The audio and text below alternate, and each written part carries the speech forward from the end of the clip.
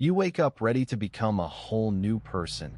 Then 10 minutes later, your motivation is dead, your phone is in your hand, and your soul is bargaining with the snooze button like it's a hostage negotiator. You promised yourself discipline, focus, maybe even a cold shower, but somehow you're scrolling in bed like a Roman emperor with Wi-Fi. Well, 2,300 years ago, Cleanthes, the second head of the Stoic school, had the same problem, except Diogenes Laertius says he worked nights carrying water just to afford studying philosophy by day. By the end of this story, you'll know the dangerous Stoic truth he discovered. Motivation dies every morning because it was never designed to carry your life. Waiting to feel ready is basically handing your future to your laziest mood. Cleanthes' fix takes less time than brewing your coffee. So before dawn, Cleanthes staggered through Athens with 2 water buckets swinging from a pole, walking like a man whose skeleton had submitted a resignation letter. He muttered, "I am completely awake," while blinking one eye at a time, like each eyelid had its own union rules. Around 300 BCE, Athens was the city where philosophy could make you famous, poor, or both. Cleanthes had come from Assos to study under Zeno at the Stoa Poikile, the painted porch where Stoicism was being hammered out, one sleep-deprived student at a time. Cassius bounced beside him, far too energetic for someone who had contributed nothing except opinions. Cleanthes thinks so slowly, even his shadow gets bored waiting for him. Cleanthes adjusted the buckets. "My shadow is practicing patience. Even Zeno thinks you're slow. Then I am giving my teacher many opportunities to practice compassion." A baby in a doorway blinked at him, then spit up with perfect timing.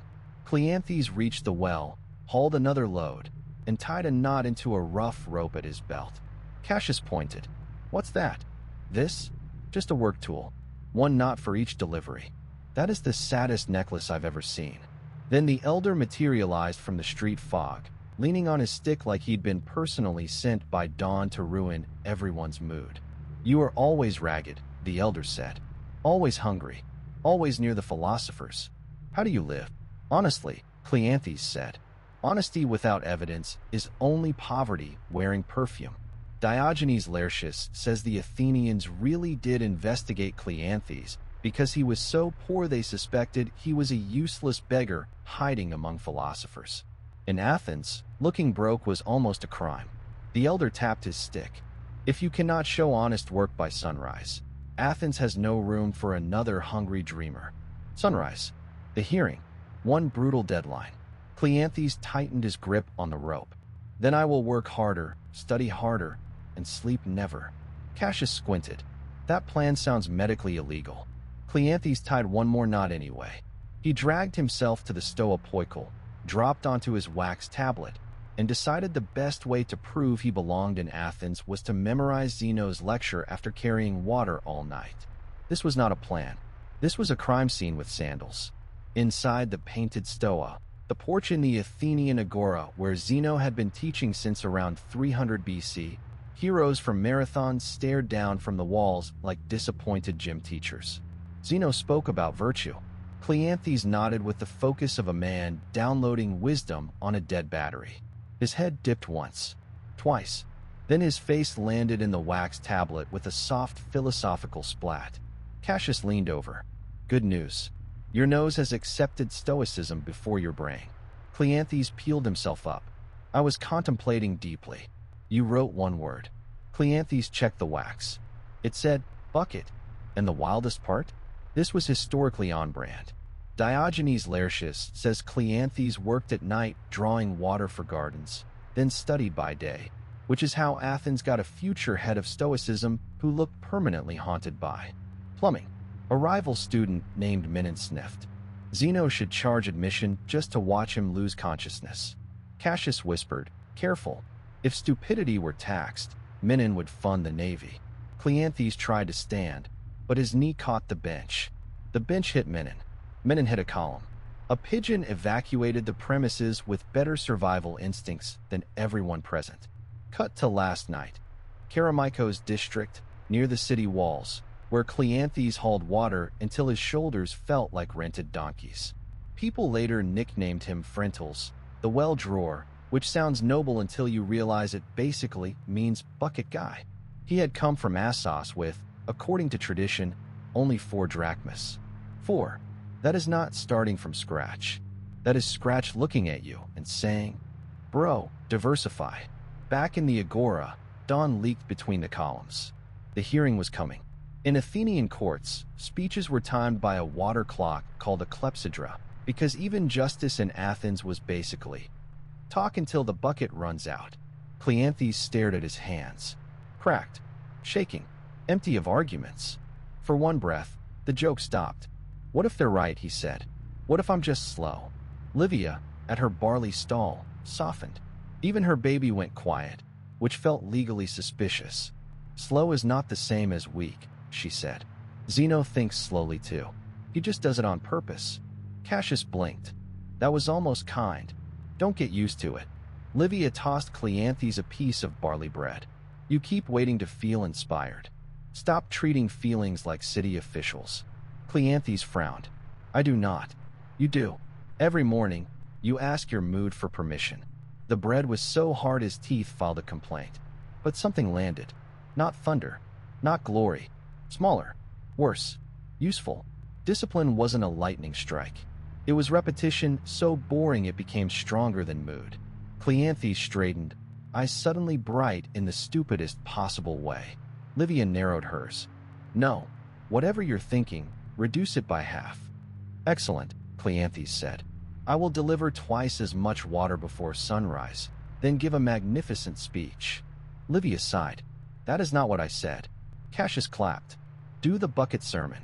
The first gold line of dawn touched the rooftops. The elder's hearing was minutes away. If Cleanthes failed now, Athens would throw him out before breakfast. So he grabbed both buckets and marched too fast, trying to look tireless. Halfway across the stones, his knees locked, his eyes shut. He remained standing, buckets in hand, asleep like a tragic statue. "I am completely awake," he murmured. A bucket tipped. Water splashed Cassius. Baby blinked with deep moral concern. Then the rough rope slipped from Cleanthes' belt and uncoiled across the stones. Knot after knot after knot. Not decoration. Not theory. Evidence. The sun broke over Athens like a prosecutor entering the room. The elder stood at the hearing place, stick planted, eyes on the rope. Livia arrived with bread under one arm. Cassius dripped well water. Baby blinked like the smallest judge in Greece. The elder said, "The morning has teeth. Speak, Cleanthes." Cleanthes stood before them, eyes closed, perfectly vertical. "I am completely awake," he said, asleep standing up. Cassius whispered, "That is either discipline or a medical emergency." Cleanthes' head dipped, snapped up, and he calmly finished. "And I have nothing inspiring to say." That was the twist. No thunder speech. No heroic music. Just a poor exhausted man holding up a rope full of knots. "One knot," Cleanthes said, "for each water delivery." I hated many of them. I felt miserable almost every morning. But the bucket did not require my enthusiasm. Only my hands. Livia's arms stayed crossed, but softer now. Finally, he listened to bread. The elder took the rope. Knot after knot ran through his fingers. Cleanthes really did carry water at night, so he could study philosophy by day, and the Athenians investigated his poverty before allowing him to remain. The mind-blowing part, the same man mocked as slow became the second head of the Stoic school after Zeno. Cassius stared. "So Zeno was wrong?" "Not exactly," Cleanthes said. "I was slow." Baby spit up. Cleanthes nodded. "Yes, thank you." And here's where everything flips. Seneca and Diogenes Laertius both preserve the picture of Cleanthes as stubborn, even obstinate, attached to his views like a dog refusing to surrender a sandal. That flaw nearly destroyed him. But turned toward duty, stubbornness became endurance. The elder gave one of those annoying wise nods. A crooked branch still burns straight when placed in the fire. Cassius squinted. "Does that mean he stays?" "It means Athens has room," the elder said, "for a hungry dreamer who can count his work." Cleanthes did not win because he felt motivated. He won because he stopped asking, "Do I feel ready?" and asked, "What is the next knot?" By the next pre-dawn, Cleanthes returned to the same freezing well where this disaster began. Same bucket, same stones, same rude universe. But now he was calm.